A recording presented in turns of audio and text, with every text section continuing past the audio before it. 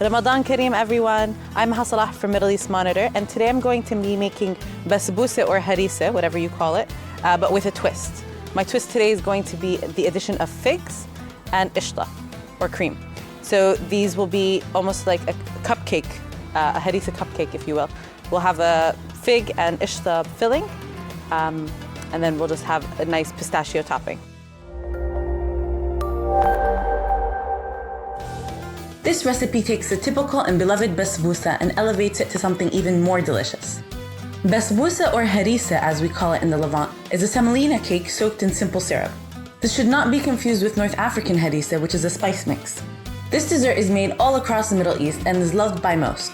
It reminds me of my grandmother and how she would make a huge tray of it for her guests, both announced and unannounced. She somehow had a sixth sense about when she would receive unannounced guests and always had a fresh tray of harissa ready for them. Her nephew had a huge fig tree that I would climb and pick figs from every summer in Jordan as a kid, and these two memories are what inspired this dessert. Figs are my absolute favorite fruit, and I try to eat as much of them as possible when they're in season. While I love eating them as they are, I also like to incorporate them to other dishes. In this recipe, poaching the figs not only softens them, it also sweetens them when they aren't the sweetest, and also infuses the syrup with a delicate fig flavor, which we will then soak our cakes in. Make sure you flip the figs over and make sure every side is submerged in the syrup at some point.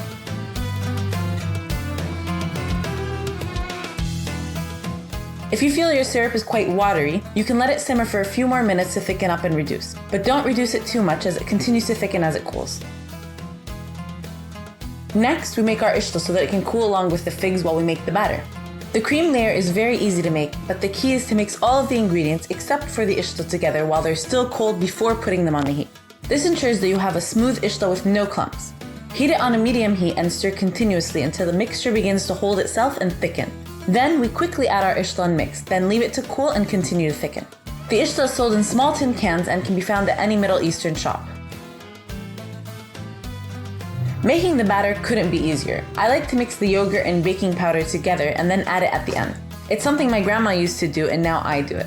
I'm not sure why, but you'll notice that the yogurt begins to froth up and I like to think it makes my harissa extra bouncy. Then we mix all the ingredients together and add the yogurt mix. Now that we have all three components ready, it's time to assemble. In a cupcake tray, add about a tablespoon of batter and press it into the bottom. You don't want to make this layer too thick because we still have a few more layers to go and you want it all to fit in the cupcake liner. Then we add the ishta, followed by the fig, and then some more batter. I like to peel my figs after poaching them because I prefer not to bite into the skin when eating the cakes, but this is a personal preference and you can skip this step. Make sure you keep the ishta away from the edges, otherwise it'll bubble up and burn, and that the fig and ishta are covered well by the batter.